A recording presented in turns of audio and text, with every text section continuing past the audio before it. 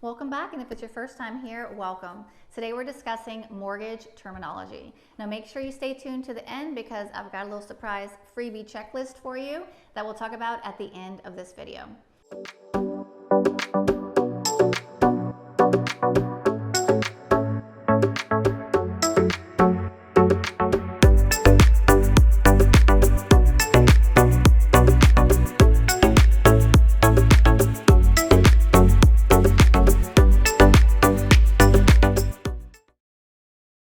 My name is Stephanie, and I've been helping people finance their homes for over 18 years, and the Weeks team would love to help you with your financing.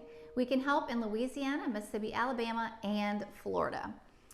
Thank you again for tuning in. Let's dive right in. These are some of the top mortgage terms and what you need to know and the explanation for each and every one of them.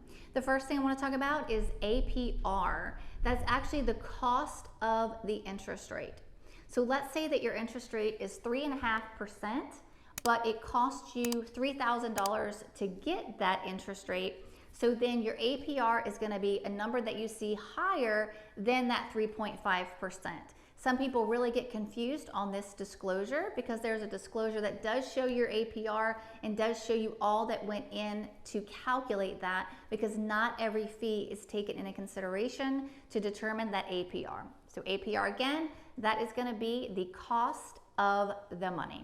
Now on to the next one is closing cost. I want to decipher that you've got, when you're buying a house, you've got down payment, if any, closing cost always, prepaids always, and then total cash out of pocket. Closing costs are things like the lender, the appraiser, the title company, the clerk of court, and the fees that are associated with all of those different parties. That is different than the next term, which is prepaids. Prepaids would be your prepaid home insurance, property taxes, maybe flood insurance, things like that. They're prepaid items that go into financing a home. You've got closing costs, you've got your prepaids, which leads us to the next term, which is your cash to close. That's going to be your down payment, if any, plus closing, plus prepaids equals total cash to close. Now, if you're liking this material, please be sure to smash that like button. Don't forget to subscribe to the channel and share the videos with your friends and family. Now on to the next. Common term is DTI. That is debt to income.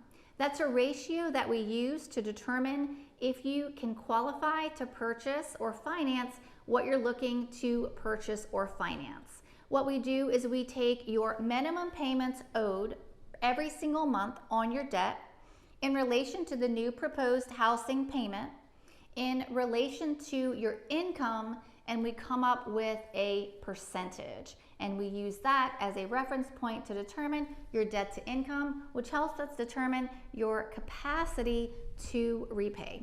All right, the next one, we've already talked about down payment. Not every program requires a down payment, so sometimes you can do 100% VA loan, 100% USDA RD or Rural Development Loan.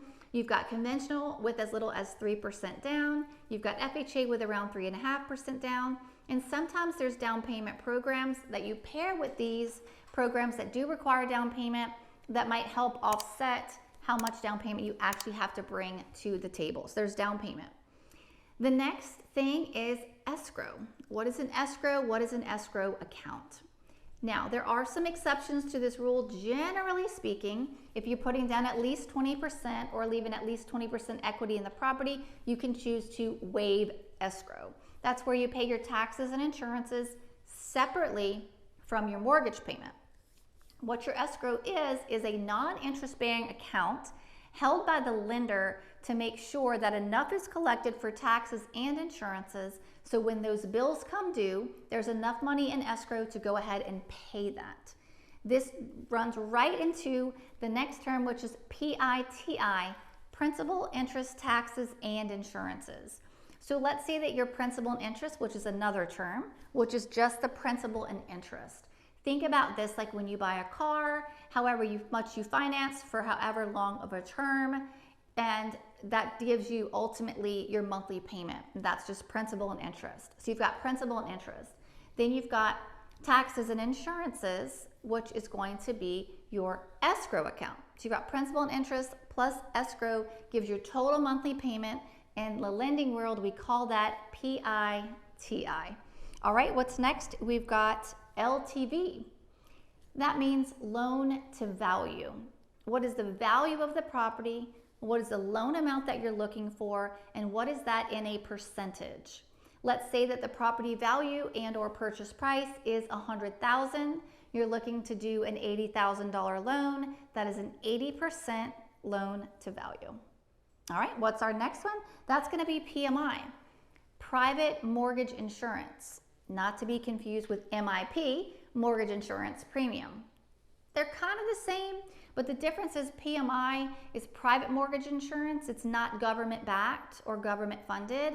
And MIP is mortgage insurance premium, which has to do with government loans. And so they use different terminology for that. The PMI, which is the private mortgage insurance, is insurance that is being charged basically to protect the lender in case you default. And that is charged when you're putting down less than 20%. Now there are different options for PMI. There's monthly, there's single, and there's split PMI. There's a few different ways to do it. A lot of people don't know more than just the monthly option, but there are definitely more options out there. When it comes to the MIP, there are not more options. And typically if you're putting down 20%, it still does not alleviate you having to pay that MIP. So keep that in mind. We're talking government loans versus non-government loans in this particular situation. All right, what do we have next? We have term. So we have the term of the loan or the amortization, which is like, are you doing a 10-year loan, a 15-year loan, a 20-year loan, or a 30-year loan? What is that term? All right, so that is your list of mortgage terms of things you must know.